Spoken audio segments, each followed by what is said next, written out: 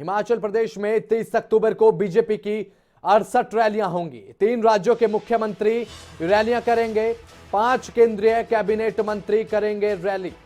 हिमाचल, उत्तराखंड और हरियाणा के 4 मंत्री रैली करेंगे। केंद्रीय बीजेपी के 9 वरिष्ठ नेता ये रैलियां करेंगे।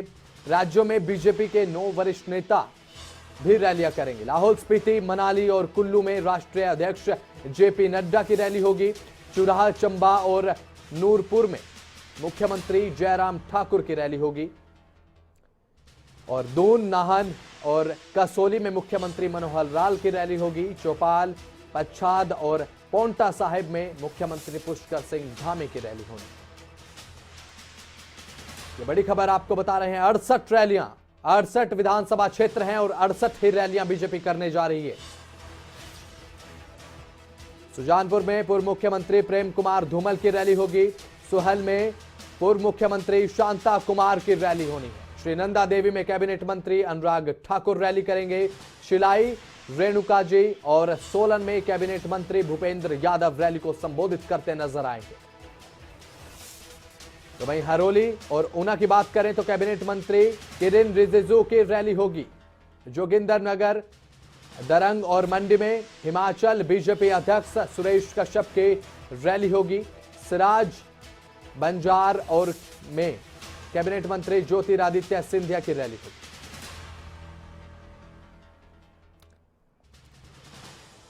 तो इसी खबर पर ज्यादा जानकारी के हमारे ब्यूरो शिमला से जुड़ चुके हैं प्रदीप ठाकुर। प्रदीप जी, 68 विधानसभा क्षेत्र हैं हिमाचल प्रदेश में और 68 ही रैलियां बीजेपी की तरफ से, किस तरह से देख रहे हैं?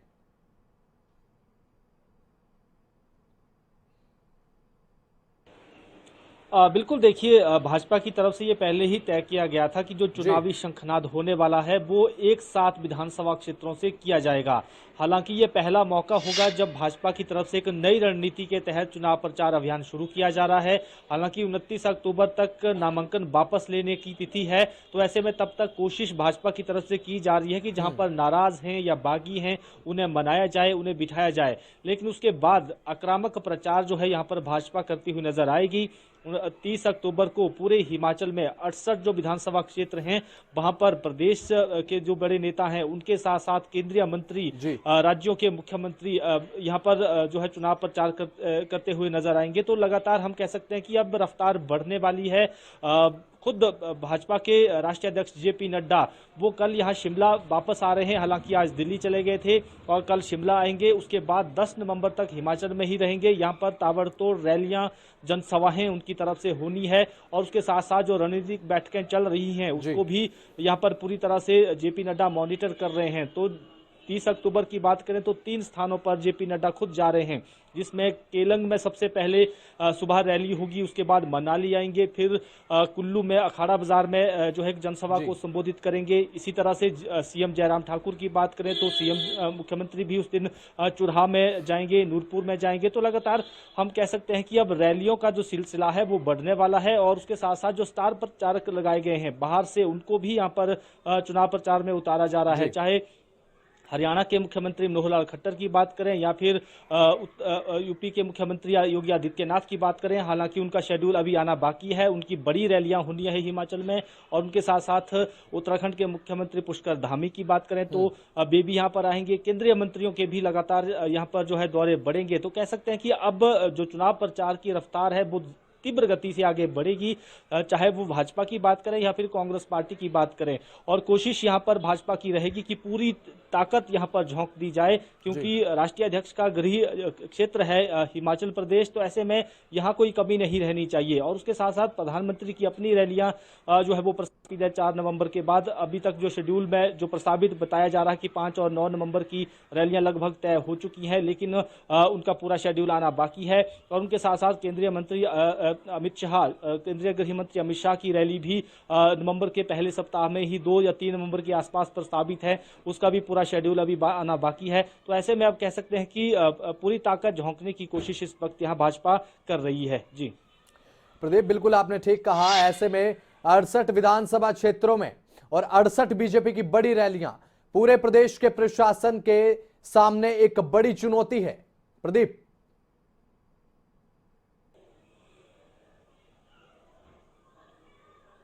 बिल्कुल देखिए, जब भी ऐसी रैलियां होती हैं, भीड़ जी। होती है, लोगों का आना जाना होता है, तो चुनौती रहती है प्रशासन के पास।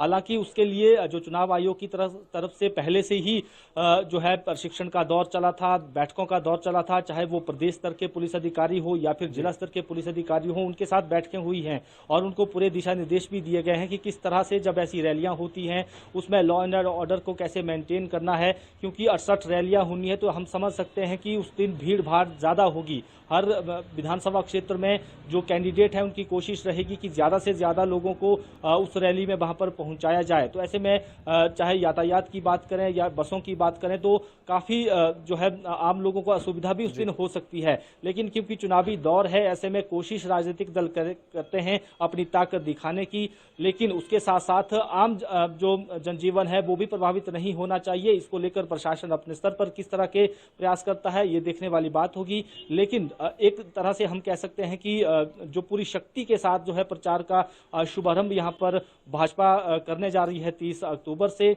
और अब आमने सामने की लड़ाई होनी है, क्योंकि नामांकन के बाद जो मैदान में योद्धा डटे हैं अब उनके बीच में ही आमने सामने की लड़ाई होनी है। और कई जगह जो है आपस सीधा मुकाबला कांग्रेस भाजपा में देखा जाएगा, कई जगह त्रिकोणीय मुकाबला भी नजर आ रहा है, कई जगह चार कोणीय मुकाबला भी नजर आ रहा है। तो हम कह सकते हैं कि अब जिस तरह से आक्रामक प्रचार शुरू होगा तो हिमाचल में चुनाव का जो माहौल है वो और गर्माता हुआ नजर आएगा। हालांकि अभी तक बिल्कुल शांत पड़ा हुआ था। हम कह सकते हैं कि पिछले कल भी ज्यादा हलचल नहीं हुई, रूठों को मनाने का दौर चलता रहा, कोई बड़ी जनसभाएं रैलियां नहीं हुई। आज की भी बात करें, मुख्यमंत्री खुद इस वक्त भाजपा प्रदेश कार्यालय में है, भाजपा प्रदेश अध्यक्ष सुरेश कश्यप भी वहां पर हैं और रणनीतिक बैठकें चल रही है, बड़े नेताओं के दौरे कब करने हैं, उसके साथ साथ जो विजन डॉक्यूमेंट आना है उसमें कौन कौन से वायदे हमें करने चाहिए, क्या चीजें हम कर सकते हैं। तो ये बैठकों का दौर लगातार चलता रहता है और फिर विजन डॉक्यूमेंट को राष्ट्रीय अध्यक्ष को भी दिखाना है, केंद्रीय नेतृत्व को भी बताना है, उसके बाद उसको जारी भी करना है। तो इन बैठकों के लिए जो है इस समय को रखा गया है। तो 30 तारीख के बाद लगातार दौरे ही दौरे यहाँ पर मंत्रियों के भी, मुख्यमंत्री के भी, बड़े नेताओं के भी